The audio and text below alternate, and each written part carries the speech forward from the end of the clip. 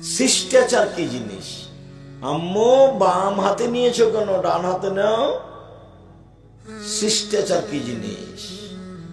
ডান কাতে স, আম্মু দোয়া পড়ে স। শিষ্টাচার কি জিনিস? দোয়া পড়ে উঠো আম্মু। শিষ্টাচার কি জিনিস? তো আপনার স্ত্রী সিরাজগঞ্জ বাজারে, কাজীপুর বাজারে একটা কিনেছে প্লেট, তাতে আছে চিংড়ি মাছ। শিষ্টাচার কি জিনিস? আপনার স্ত্রী একটা বাটি কিনেছে তরকারির, সেটা হলো কাতল মাছ। শিষ্টাচার কি জিনিস?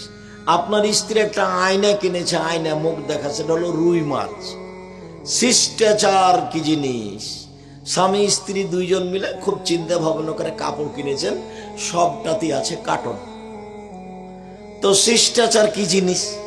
আপনার ছেলের মাথার চুল ওপরে আছে, নিচের দিক চতুর্দিকে চাঁচা আছে। এটা কি, কোথা থেকে আসলো? শিষ্টাচার কি জিনিস? আপনার ছেলে একটা গেঞ্জি গায়ে দেওয়া আছে, পিছনে লেখা আছে 10, ওটা দেখতে দিতে সময় পারা নামাজই হয়নি। তো শিষ্টাচার কি জিনিস বলেন তো দেখি? শিষ্টাচার, আব্দুর রাজ্জাক সাহেব, শিষ্টাচার হলো ঘোড়ার ডিম। এগুলো শিষ্টাচার, আমরা এগুলো জানি না। তো কি শিষ্টাচার? ঘোড়ার ডিম। শিষ্টাচার কি জিনিস? আপনি একটা আপনার বাচ্চা পায়খানা পেশাবের জন্য, ছোট বাচ্চা পট কিনেছেন, সেটা হলো ঘোড়া। শিষ্টাচার কি জিনিস? ইহুদি খ্রিস্টান শুধু বোমা দিয়ে আপনাকে মারবে না, চরিত্র দিয়ে, টাকা দিয়ে, নারী দিয়ে, গাড়ি বাড়ি দিয়ে, সুদ দিয়ে, জায়নামাজ দিয়ে, আপনার জায়নামাজ দিয়ে আপনাকে ধ্বংস করবে। শিষ্টাচার কি জিনিস? যেখানে যাবেন, বাপ যেখানে মেয়ে লালন পালন কথা বলছে, 1 মিনিট, আল্লাহ নবী বলছেন, পৃথিবীর মানুষ শোনো, মানে আলা জারিয়া তাই নেই, কেউ যদি 3টে বেটি মেয়ের লালন পালন করে বাপ হিসেবে, লালন পালন কি? 1, আল্লামাহুন্না, বেটিকে লেখাপড়া শিখিয়ে দিল। 2, আদাবাহুন্না, শিষ্টাচার শিখিয়ে দিল। 3, আহসানা ইলাইহিন্না, ভালো আদর করলো। আম্মু ভালো থাকো, ভালো খাও, সালাত আদায় করো। বা বেটির সাথে শিষ্টাচার ভালো করলো, খেতে দিল। তা আল্লাহর নবী বলছেন যে এই মেয়ে 3টে বিচারের মাঠে বাপের জন্য জাহান্নাম থেকে বাপকে বাঁচানোর জন্য অন্তরাল হবে। ওদিকে আছে জাহান্নাম, এদিকে আছে বাপ, আর মধ্যে আছে মেয়েরা। মেয়েরা বলছে আমার বাপকে আগে জান্নাতে দিতে হবে, তারপরে কোনো কথা। এই যে বেঁকে বসলাম, দেন দেখি জাহান্নামে। এই যে আড় করে নিলাম জাহান্নাম থেকে, এদিকে আমার বাপ আছে আর ওদিকে জাহান্নাম আছে। এই যে আমরা 3জন মেয়ে। তো কি কথা বলছি? এইখানে আছে যে বাপ বেটিকে কি করেছে? শিষ্টাচার শিখিয়ে দিয়েছে। তো শিষ্টাচার তো এখন ঘোড়ার ডিম। কি শিষ্টাচার? এই যে ঘুরে বেড়াচ্ছে, এখন শীতের দিন মাথায় কাপড় নেই, ওকে হিন্দুর মেয়ে যে বসে আছে ওখানে, খ্রিস্টানের মেয়েও এই যে দোকানে ঘুরছে, আসর থেকে নিয়ে ক্লাস 10-এ পড়ে, ক্লাস 8-এ যখন তখন হাইজ হয়েছে, বিবাহ হলে 3টে ছেলে হতো। তো শিষ্টাচার কি জিনিস? বাপ কাকে বলে? বাপ কি জিনিস? বাপ বলছে যে ওর বাপ বিবাহ দিয়েছে, বউ এসেছে, বউয়ের কাছে গেছে, তাই বাচ্চা হয়েছে, তাই ও বাপ। আমি তো বলিনি যে বাপ কি জিনিস। আল্লাহর নবী বলছেন, পৃথিবীর মানুষ শুনে রেখো, কোন পিতা যদি 3টে মেয়েকে লালন পালন করে, লালন পালন 1, বিদ্যা শিখিয়ে দিল। 2, শিষ্টাচার শিখিয়ে দিল। 3, ভালো আচরণ করলো। তো মেয়েরা তখন অন্তরাল। 10টা ছেলেকে যদি মাস্টার ডিগ্রি পাস করান, 10টা 1 পয়সা লাভ নেই। আব্দুর রাজ্জাক সাহেব পড়াবো কেন? জন্ম দিয়েছেন এই জন্য। যদি না পড়ান, না মানুষ করেন, যা পাপ করবে সব আপনার। যা পাপ করবে আপনি বুঝতে পারছেন না যে বড় মোবাইল বেটার হাতে আছে, 2টা 3টা পর্যন্ত ল্যাংটা মেয়ে দেখছে, যা পাপ করে সব আপনার। বিবাহ দিয়ে ভিন্ন করে দেন বাঁচতে হলে।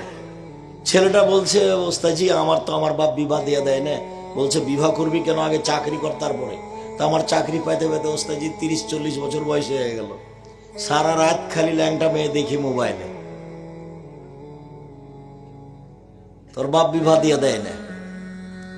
তা আমি যে বললাম যে আপনাকে আমি পশু প্রাণীর মতো মনে করি, আপনাকে খারাপ লাগলো কেন? এই ঘরে মা আছে বড় মোবাইল নিয়ে ল্যাংটা মেয়ে দেখছে, ওই ঘরে বাপ আছে ল্যাংটা মেয়ে দেখছে, ওই ঘরে বড় বেটি আছে ক্লাস 10-এ পড়ে, মাস্টার ডিগ্রি পাস করে, যে বড় মোবাইল হাতে আছে, ল্যাংটা মেয়ে দেখছে। এই ঘরে ছেলেটা দেখছে, তো সবাই তো একই রকম। তাহলে বলেন এরা শিক্ষিত মানুষ? বলেন এরা হুঁশিয়ার মানুষ? বলেন এরা সাহাবীর মতো চরিত্র? আব্দুর রাজ্জাক সাহেব, মহিলাদের ব্যাপারে আপনি অত ক্ষেপে থাকেন কেন? খালি উঠলেই দেখি খুব গরম। না, তা নয়, আমি খুব কষ্ট পাই সেই জন্য। আমি আপনার স্ত্রীকে, আপনার বোনকে আমি এত দুর্বল ভাবতে চাইনি। আমি তো ভাবতে চাচ্ছি খাদিজার মতো।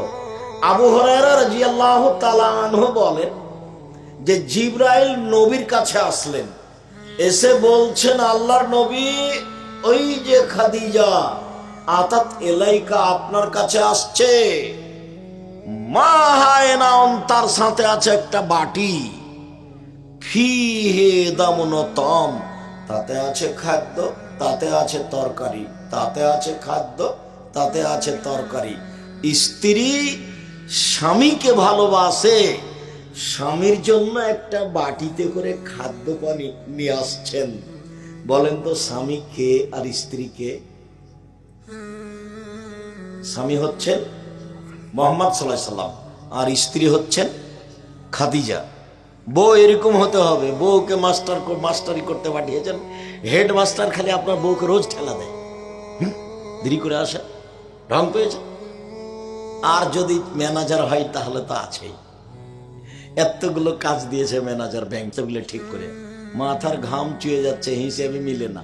11:30টার সময় আমি অ্যাসিস্ট্যান্ট ম্যানেজারকে বলছি, ভাইজান আপনি কোথায় আছেন? অ্যাকাউন্টের ব্যাপারে একটা জরুরি কথা ছিল। কেন? ব্যাংকে আছি। ইন্নালিল্লাহ, এখন ব্যাংকে কেন? আরে কি বলেন, 5টা পর্যন্ত চাকরি করেছি আর এখন চাকরি বাঁচাচ্ছি। বিকেল 5টা পর্যন্ত চাকরি করেছি, আর ওর বউকে ব্যাংকে চাকরি দিয়েছে, কত খুশি। সবার সামনে বলছে আমার বউ ব্যাংকা চাকরি করে। দুইজনে এবারে আস্ত পাগল, খায় হাগে আর দিন কাটায়। যার বউ মানুষের সাথে ধাক্কা খায়, যার বউকে মানুষ ধমকাতে পারে, সেও স্বামী। আত্মমর্যাদা কি জিনিস তা জানে না। কালকে আব্দুল্লাহ একটা বক্তব্য দিচ্ছিল আত্মমর্যাদা, তা আমি তো আর ওইসব কথা বলতে পারবো না, আমার একটাও মনে নাই, নাহলে আপনাকে একটু শোনাতাম দুই একটা। তো তার মধ্যে দু একটা কথা ছিল যে সমাজের যারা সমাজপতি বা স্বামী বা দায়িত্বশীল, যারা জীবনে মিথ্যা কথা বলে, তারা কোনোদিন দায়িত্বশীল হতে পারে না। যাদের ভিতরে বিশ্বাসঘাতকতা আছে, যাদের ভিতরে ব্যক্তিত্ব নাই, যারা গোলাম, তারা কোনোদিন জাতির নেতৃত্ব দিতে পারে না। যারা মানুষের টাকা মেরে খায়, যারা টাকা নিয়ে বিচার করে, তারা কোনোদিন জাতির নেতৃত্ব দিতে পারে না। তো দেশের এমপি মন্ত্রী তো খালি টাকাই মেরে খায়, চেয়ারম্যান 10টা টাকা নিয়ে বিচার এদিক থেকে ওই দিক করতে, জাতির কি উপকার করবে? এও হলো নিম্ন শ্রেণীর 3rd% বদ ডাক্তারের মতো। বদ ডাক্তার আব্দুর রাজ্জাক সাহেব এত খেপলেন কেন? বদ ডাক্তার মানে আরে আর বলেন না। ও হলো বাড়ি সিরাজগঞ্জ, কাজীপুর আর পিজি হাসপাতালে ডাক্তার, 3 লক্ষ টাকা বেতন। ও প্রেসক্রিপশন লিখেছে, ওই কোম্পানির ওষুধ লিখেছে যে কোম্পানি তাকে টাকা দেয়। ও জানে যে ভালো ওষুধ আছে। তো সবাই বলছে আমাদের ছেলে বড় ডাক্তার, বাপ খুশি, মা খুশি, চাচিরা খুশি, গ্রামবাসী খুশি, সবাই। কালকে এসেছিল, এসে বড় ডাক্তার আমাদের নিজের ছেলে, গায়ে হাত দিচ্ছি, মাথা বোলাচ্ছি, চাচিরা, খালারা, ফুপুরা এসে, কত ভালো ছেলে আমার, টাকা পয়সা খরচ করে পড়েছে ছেলে আমার, বড় ডাক্তার। তো গাড়ি থেকে নামলো, দেখলাম যে পরনে প্যান্ট আছে, টাকনুর নিচে আছে, গলায় টাই আছে, দাড়ি চাঁচা আছে, হাতে সিগারেট আছে। এইভাবে বাবু ডাক্তার আমার নামলো গাড়ি থেকে। একটু পরে দেখি যে বৌমা নামলো, গায়ে হালকা হালকা কাপড় আছে। একটু পরে দেখি নাতনি নামলো গাড়ি থেকে, গায়ে তেমন কাপড় নেই। দেখি গাড়ির পিছন দিকে কুকুর আছে।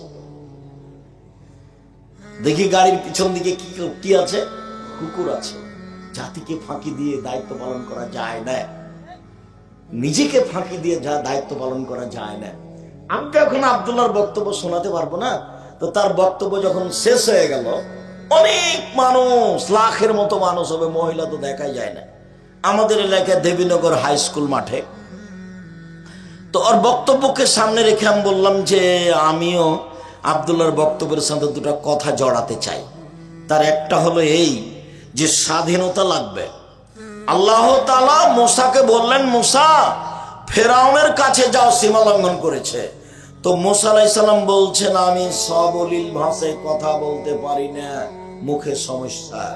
ঠিক আছে, দোয়া পড়ো, রব্বি ইশরাহ লি সাদরি ওয়া ইয়াসসির লি আমরি ওয়াহলুল উকদাতাম মিন লিসানি ইয়াফকাহু কওলি। ঠিক হয়ে যাবে।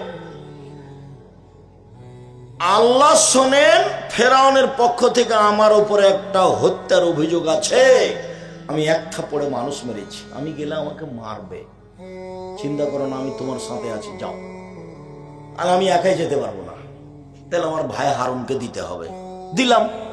সব দাবি দেওয়া মুসার আল্লাহ মেনে নিলেন। এখন ফেরাউনের কাছে গিয়ে সরাসরি বলছে যে বানি ইসরায়েলকে ছেড়ে দেন, স্বাধীনতা লাগবে আগে। ওকে দাওয়াত না দিয়ে বলছে বানি ইসরায়েলকে ছেড়ে দেন, আমার জাতিকে আপনি ছেড়ে দেন, যাদেরকে দাস দাসী হিসেবে রেখেছেন। বানি ইসরায়েল ইয়াকুবের ছেলে মেয়ে সব ফেরাউনের দাস আর দাসী।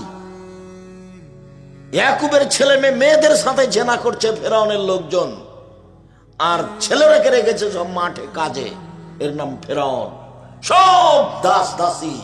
মুসা বললেন ছেড়ে দেন, এটাই প্রথম। তখন ফেরাউন বলছে, কে রে, তোমাকে আমি বহুদিন লালন পালন করিনি? তুমি কি আমার মাঝে বহুদিন থাকনি? তুমি যা করেছো তা করেছো, তুমি এক থাপ্পড় দিয়ে মানুষ মেরেছো, তুমি বড় অকৃতজ্ঞ। একটা না ফেরাউন এই পর্যন্ত বলল। এবার মুসা আলাইহিস সালাম বলছেন, জি আমি যা করেছি তা করেছি, এক থাপ্পড়ে মানুষ মেরেছি, আমি তখন ভুল পথে ছিলাম, আপনার হত্যার ভয়ে আমি দেশ ছেড়েছি। আমার প্রতিপালক আমাকে জ্ঞানে গুণে পূর্ণ করেছেন, আমাকে নবী করেছেন, আপনি আমার প্রতি অনুগ্রহ করে আপনি সীমা লঙ্ঘন করে, আপনি আমার প্রতি অনুগ্রহ করে খোঁটা দিয়েছেন, খোঁটা দিয়ে আপনি বানি ইসরায়েলকে দাস দাসীতে পরিণত করেছেন, আপনি বড় উদ্ধত স্বৈরাচার, সীমা লঙ্ঘন করেছেন। এক মুখে মুসা আলাইহিস সালাম এগুলো বললেন। স্বাধীনতা ফিরিয়ে দিতে হবে। আগে স্বাধীনতা, দাস হয়ে দেশে বসবাস করতে রাজি নই। লন্ডনে যাবে চাকরি করতে, তো মিথ্যা কথা দিয়ে সার্টিফিকেট করলো, মিথ্যা কথা দিয়ে পাসপোর্ট করলো। লন্ডনে পৌঁছে বলছে যে বাড়ি ভাড়া নিলে সুদ লাগবে, তারপরে বলছে যদি একটা বউ থাকে তাহলে 3 গুণ টাকা পাওয়া যাবে। তো কি করতে হবে, একটা বেটি ছেলেকে বউ বানাচ্ছে, দিয়ে 2 জনের নাম দিয়ে টাকা উঠাচ্ছে। তো এইভাবে মিথ্যার উপরে দিন কাটছে এই শিক্ষিত মানুষ। কি গো, হ্যাঁ আমাদের ছেলেটা তো এখন লন্ডনে আছে, ও তো এখন সিটিজেন, ও এখন ওই দেশের। কত যে তার গল্প। ও তো গোলাম, ও কি গোলাম, দাস। এই জীবন দিয়ে কি হবে? আমি বললাম এইদিকে দেখেন, প্রতারণা, প্রতারক যে সে নেতা হতে পারে না। 12 বছর ইসব জেলে থাকলেন। এবার সরকারের পক্ষ থেকে ইসবের কাছে পাঠানো হলো, আপনাকে সরকার ডেকে পাঠিয়েছে, জেল থেকে বের হয়ে আসেন। ইসব বললেন না, অসম্ভব হতে পারে না, জুলাইখাকে জাতির সামনে ঘোষণা দিতে হবে, অন্যায় আমি জুলাইখা করেছি, ইসব করেনি। যতক্ষণ পর্যন্ত জুলাইখা ঘোষণা না দিবে ততক্ষণ পর্যন্ত ইসব জেল থেকে বের হবে না। কেন? জুলাইখার স্বামী জেনে নেই, আমি জুলাইখার স্বামীর অজান্তে বিশ্বাসঘাতকতা করিনি। আমি জুলাইখার সাথে জেনায় লিপ্ত হইনি। জুলাইখা যখন সব দরজা বন্ধ করে দিল, দিয়ে বলছে হাই তালাক, ইসব তুমি আমার সাথে জেনায় লিপ্ত হও। তখন আমি বললাম মাশাআল্লাহ, আল্লাহ তুমি আমাকে জেনা থেকে রক্ষা করো। এরপরে বললেন, শোনো জুলাইখা, ইন্নাহু আহসানা মাসওয়া, তোমার স্বামী আমার মালিক, ইন্নাহু রাব্বি, তোমার স্বামী আমার মালিক, আমাকে ভালো খেতে দিয়েছেন, আমাকে ভালো থাকতে দিয়েছেন। আমি কি করে বিশ্বাসঘাতকতা করতে পারি? তোমার সাথে আমি অন্যায় করতে পারি না। এই বলে তিনি দৌড় দিলেন, দরজাগুলি এমনি খুলে গেল। আগে আগে বের হলেন ইসব, পিছনে পিছনে বের হলো জুলাইখা। সামনে ছিল জুলাইখার স্বামী। জুলাইখা বলল, এই যে যাকে বাড়িতে রেখেছেন আদর করে, সে আপনার স্ত্রীর সাথে জেনা করতে যায়, আপনি তার কি শাস্তি দিবেন? আরে আপনি কি শাস্তি দিবেন? আমি জুলাইখা বলছি, একে যথাযথ পিটন দিতে হবে, নইলে জেলখানায় বন্দি করতে হবে। জেল হয়ে গেল 12 বছর। কতদিন? 12 বছর জেল হয়ে গেল। 12 বছর পরে সরকারি ভাবে ইসবকে ডেকে পাঠানো হলো। ইসব বললেন জি না। আমাদের নবী মুহাম্মদ সাল্লাল্লাহু আলাইহি ওয়াসাল্লাম বলছেন, ইসবের কত ধৈর্য, ইসবের আমার চেয়ে অনেক বেশি ধৈর্য। আমি যদি 12 বছর জেলে থাকতাম আর সরকারি ভাবে যদি আমাকে ডাকতে আসতো, খালি আমি বলতাম চলো চলো চলো চলো। ইসব বলছেন না। জুলাইখাকে কি বলতে হবে? জাতির সামনে প্রকাশ করতে হবে যে অন্যায় আমি করেছি। এইসব করেনি। যতক্ষণ পর্যন্ত জুলাইখা জাতির সামনে ঘোষণা না দিবে, ততক্ষণ পর্যন্ত এইসব জেল থেকে বের হবে না। শেষ পর্যন্ত জুলাইখা জাতির সামনে বক্তব্য দিল, জি অন্যায় আমি করেছি, এইসব করেনি। তখন তিনি জেল থেকে বের হয়ে আসলেন। বিশ্বাসঘাতক, বিশ্বাসঘাতক কোনোদিন নেতা হতে পারে না। নেতা ইসব হবেন। কে হবেন? নেতা ইসব হবেন। জাতির ক্ষতি করে নেতা হয় কি করে? জাতির ক্ষতি করে এমপি মন্ত্রী হয় কি করে? লম্বা বক্তব্য ছিল, অত ধরে রাখতে পারিনি, তো এমনি দু একটা কথা মনে বলে ফেললাম আপনাকে। শিষ্টাচার কি জিনিস? শিষ্টাচার কাকে বলে? আল্লাহর নবী, আমার আব্বা উহুদের যুদ্ধে শহীদ হয়েছেন 9 জন বোন রেখে। আমি আমার বোনদের সমবয়সের মেয়েকে বিবাহ করা পছন্দ করিনি 4টা কারণে। 1, আমার স্ত্রী যেন আমার বোনদেরকে বিদ্যা শিখাতে পারে, মা বাচ্চাকে বিদ্যা শিখাবে।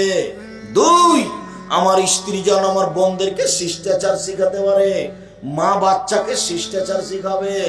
3, আমার স্ত্রী যেন আমার বোনদের মাথার চুল চিরুনি করে সাজগোজ করে রাখতে পারে। তাই আমি বেশি বয়সের মেয়ে বিবাহ করেছি। 4, আমার স্ত্রী যেন আমার বোনদেরকে পাহারা দিতে পারে। মা মানে পাহারাদার, মা মানে পাহারাদার। বলেন এবার আপনি কি বলতে চাচ্ছেন? বল সৎ মা। আপনার বউ আপনার মেয়ের কি? সৎ মা। মর যা, তুই মর নাই, থাক না, যা ওদিক দিয়ে যা। এটা হলো সৎ মা। আম্মু আসো আসো, এটা নিজ মা। নিজ মা, আম্মু আসো আসো আসো করে নিচ্ছে কি? এটা সৎ বেটি। যা ওদিকে যা, এখন আলি কেন? ও ঘরে বসে থাক। এটা কাকে বলছে? সৎ বেটিকে। তাই এখন আলি কেন? হ্যাঁ, ও ঘরে যা বস। এটা হলো সৎ বেটি। আর নিজের বেটি আম্মু আসো আসো আসো, আম্মু আসো তাড়াহুড়া করে নিচ্ছে, এটা হলো নিজ বেটি। তো বেটির মাথার চুল ছোট, বেটির ভুরু তোলা আছে, বেটি স্কিন পায়জামা পরে আছে। তো এখন এই মা সৎ মা না নিজ মা? সৎ মা। এই খালা। যেসব পাপের কারণে সরাসরি জাহান্নাম ঘোষণা হয়েছে,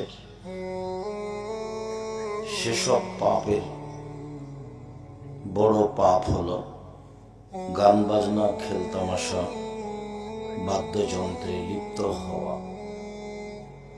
তবে এর ফলাফল পৃথিবীর সব পাপের চেয়ে ভারী।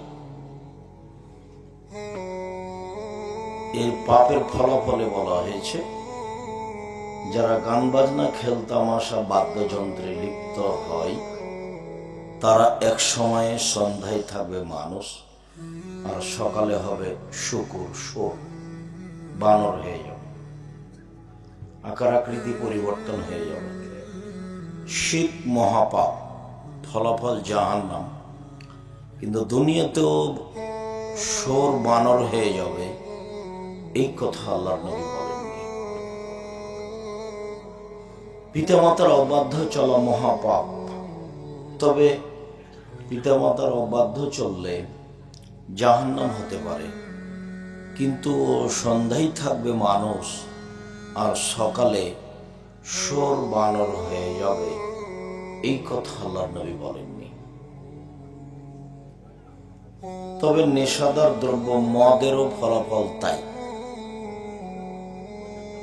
জেনা মহাপাপ, সুদ মহাপাপ, মানুষ হত্যা মহাপাপ, কিন্তু ফলাফলেও সন্ধ্যায় থাকবে মানুষ, সকালে হবে শুকর বানর, এইভাবে আল্লাহর নবী বলেননি। মহান আল্লাহ বলেন, আমিনান নাস মান ইয়াশতারি লাহওয়াল হাদিস লিইযিল্লা আন সাবিলিল্লাহ। মানুষের মধ্য হতে যারা খেলতামাশা, বাদ্যযন্ত্র, গান বাজনার মাধ্যম ক্রয় করে অজ্ঞতাবশত, তাদের জন্য রয়েছে আযাব মুহিন, অপমানজনক শাস্তি। এরা জাহান্নামে যাবে, এদের শাস্তির নাম অপমানজনক শাস্তি। এটা 1 মিনিট বলি। কোরআন মাজিদে কিছু কিছু শাস্তির ব্যাপারে বলা হয়েছে আযাবুন আলিম, কষ্টদায়ক শাস্তি, আর কিছু কিছু পাপের ব্যাপারে বলা হয়েছে আযাবুন শাদীদ, কঠিন শাস্তি। কোন কোন জায়গায় বলা হয়েছে আযাবুন আযীম, বড় শাস্তি। তো কঠিন শাস্তি, বড় শাস্তি আর অপমানজনক শাস্তির মধ্যে পার্থক্য কি? অপমানজনক শাস্তি এটা বেশি ভয়াবহ। একটা লোক অন্যায় করেছে, 10 লাঠি মারলো, এটা একটা শাস্তি। একটা লোক অন্যায় করেছে, তাকে বলল যে জনগণের সামনে মাটিতে থুথু ফেলে জিহ্বা দিয়ে চেটে নাও, এটা একটা শাস্তি। তো এইটা হলো অপমানজনক শাস্তি। অপমানজনক শাস্তির কথা আল্লাহ এবং আল্লাহর রাসূল উল্লেখ করেছেন, যেগুলি পাপ মনের সাথে জড়িত। মন চায় এমন কিছু পাপ হলে তার শাস্তি হবে অপমানজনক শাস্তি। চুরি, চুরি আহাল পরিবারের দায়ে করেছে, মানুষকে হত্যা শত্রুতার দায়ে করেছে, ঘুষ পয়সা পাতি ইনকাম করে সেই জন্য করেছে সুদ। কিন্তু একটা লোক টাকনোর নিচে প্যান্ট পরছে, তখন এটা কিসের লোভে করছে? কি আছে এখানে? এটা ভাববার বিষয় নয়। তা কারো ক্ষতি হয় না তো, ডাকাতি করলে টাকা হারালো, তা আপনার যদি টাকা কেউ ডাকাতি করে তো আপনার তো ক্ষতি হলো। তো জেনা করলে সামাজিক ভাবে অপমান হলো, পরিবেশ নষ্ট হলো, টাকনোর নিচে প্যান্ট পরলে কি হবে? তো 3 শ্রেণীর মানুষের সাথে আল্লাহ বিচারের মাঠে কথা বলবেন না। তার 1 শ্রেণীর মানুষ হচ্ছে যারা টাকনোর নিচে পায়জামা, প্যান্ট, লুঙ্গি পরে, তাদের সাথে আল্লাহ কথাই বলবেন না। তো এটা এমন পাপ কেন? এটা মনের সাথে জড়িত। টাকনোর উপরে থাকলে কেন জানি কেমন কেমন লাগে, ঠ্যাঙ্গা ঠ্যাঙ্গা লাগে। মনে বলছে যে এটা টাকনোর নিচে থাকে, এই জন্য এই পাপের ফলাফল এরকম। আরো অবাক হতে হয় যে আবু হুরায়রা রাদিয়াল্লাহু তাআলা আনহু বলেন, আল্লাহর নবী বলেছেন, ইন্না লিল্লাহি মিয়া রাহমা, আল্লাহর নিকটে ছিল 100টি দয়া। এই ছেলে, না ঠিক আছে, কেউ কথা বলে না জানো? তোমরা যারা দায়িত্ব পালন করছো, গ্রামের ছেলেরা, দোকান পাটে কোনো জায়গায় কোনো পুরুষ নারী যেন গল্প না করে, বসে থাকতে না পারে, তোমরা এটা খুব শক্ত হাতে দেখো। কোথাও কোনো দোকানপাটে কোনো মানুষজন কোনো জায়গায় বসে যেন গল্প না করে, এখন ক্রয় বিক্রয়, লেনদেন, গল্প, প্রয়োজনীয় কথাবার্তা সব বন্ধ। আমি আপনার জন্যই এসেছি। যেহেতু আমি আপনার জন্য এসেছি, এখন আপনি আমার কাছে না থেকে নিজের প্রয়োজনে থাকবেন, এমন ঘৃণিত কাজ আমি পছন্দ করি না। আমি তো আপনার জন্য এসেছি, আর একটা দিন বের করাও খুব কঠিন। আপনি এখন দোকানে বসে থাকবেন বা বাড়িতে থাকবেন, আপনি মহিলা মানুষ, ঢং ঢং করে আসলেন, গল্প করতে করতে আবার চলে গেলেন, দিয়ে টিভি নিয়ে বসে আছেন বা দেবর ভাষণ নিয়ে বসে আছেন। আপনার এই শয়তানি, নোংরা, বর্বর, অসভ্য, মূর্খতা চরিত্র আমরা দেখতে চাই না। আর তোমাকে আমি কোনোদিন শিক্ষিতা মহিলাও বলিনি, তোমার বাপে বলতে পারে, আমি বলিনি। তোমাকে তো আমি পশু প্রাণীর মতো মনে করি, তোমাকে তো আমি কুকুর, শ্রীগাল, গরু, ছাগলের মতো মনে করি, ওটা আমি বলিনি, আল্লাহ বলছেন। বুঝেও বুঝে না ওরা, অন্তর আছে বোঝে না, দেখেও দেখে না ওরা, চক্ষু আছে দেখে না, শোনেও শোনে না ওরা, কান আছে শোনে না। উলাইকা কাল আনাম, তারা পশু প্রাণীর মতো, তারা গরু ছাগলের মতো, তারা কুকুর শ্রীগালের মতো, বালহু মাজাল, বরং তার চেয়ে খারাপ।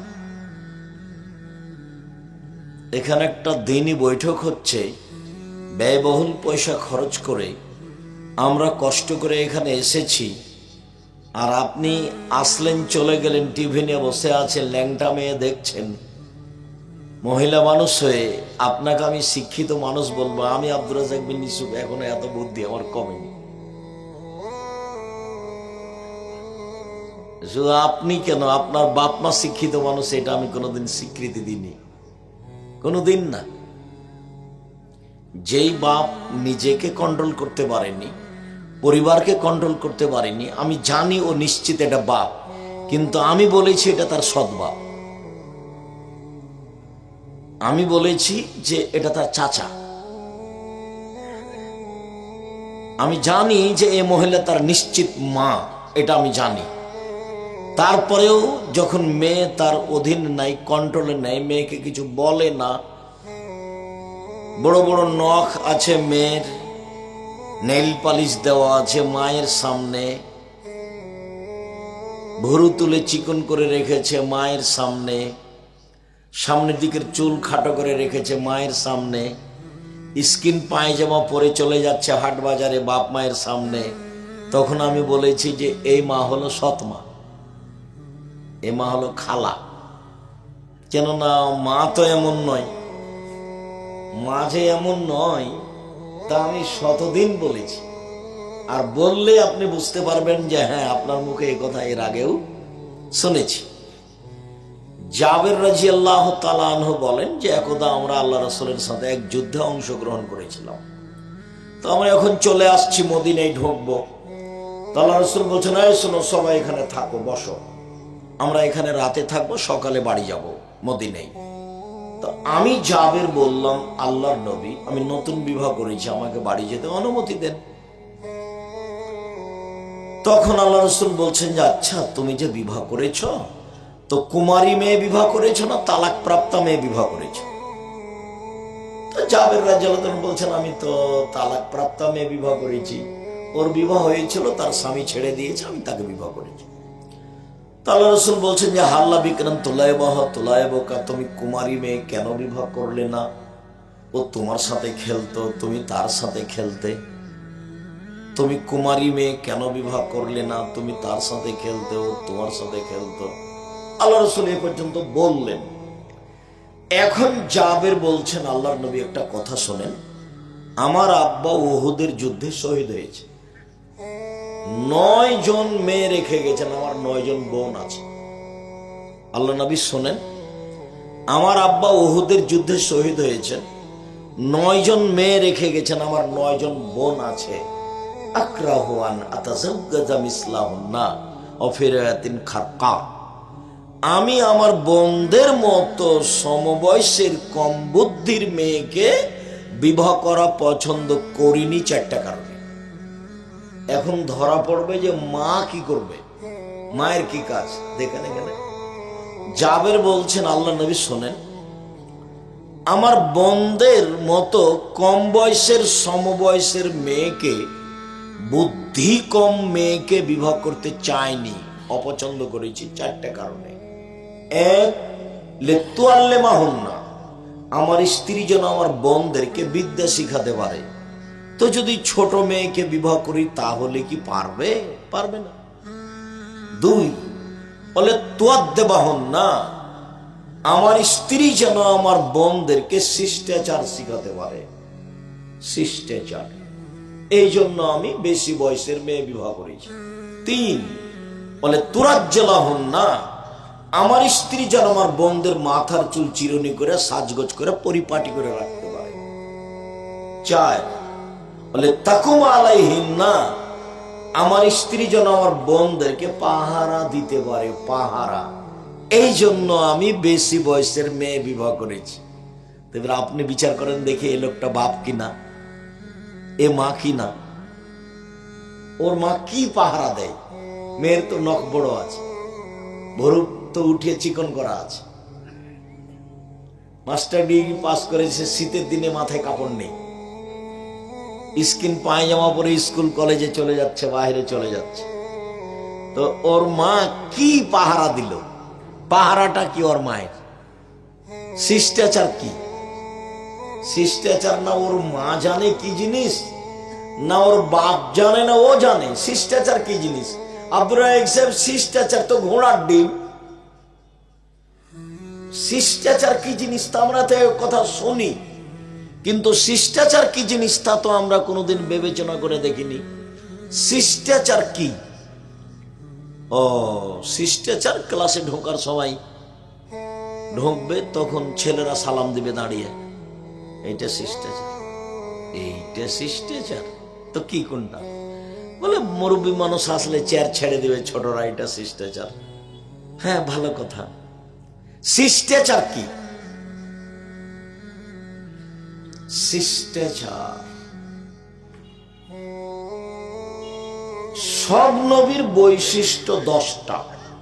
শিষ্টাচার, খাসলাত, অভ্যাস। সব নবীর খাসলাত, স্বভাব, অভ্যাস, শিষ্টাচার ছিল 10টা। 1, কাসুসারে, মোচ কেটে ফেলতে হবে, ব্লেড নয়। 2, এফাউল্লাহা, দাড়ি বড় করতে হবে। ছোট করাও যাবে না, কাবিরা গুনাহ। চেঁচে ফেলাও যাবে না, চেঁচে ফেললে নারীর সাদৃশ্য হবে, তখন অভিশাপ হবে। দাড়ি নেই কার? মহিলাদের। তা আপনি চেঁচে ফেলে কি বলতে চাচ্ছেন? মহিলা হতে চাচ্ছেন? তো অভিশাপ হবে, তখন চোখের পাওয়ার কমে যাবে, তখন স্ত্রী মিলনের ক্ষমতা কমে যাবে। শিষ্টাচার, মেশক করতে হবে 5 ওয়াক্ত সালাতের সময়। শিষ্টাচার, পেশাব পায়খানার পরে পানি দিয়ে পবিত্রতা অর্জন করতে হবে। সব নবীর স্বভাব ছিল পানি দিয়ে পবিত্রতা অর্জন করতে হবে পেশাব পায়খানার পরে। পানি না থাকলে ঢিল টিস্যু পেপার, আগে ঢিল টিস্যু পেপার তারপরে পানি, এটা মিথ্যে।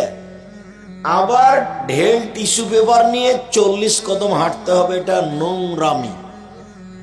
তারপরে আবার পায়ের উপরে পা উঠাতে হবে, খক খক করে কাশতে হবে, এটা বেহায়াই।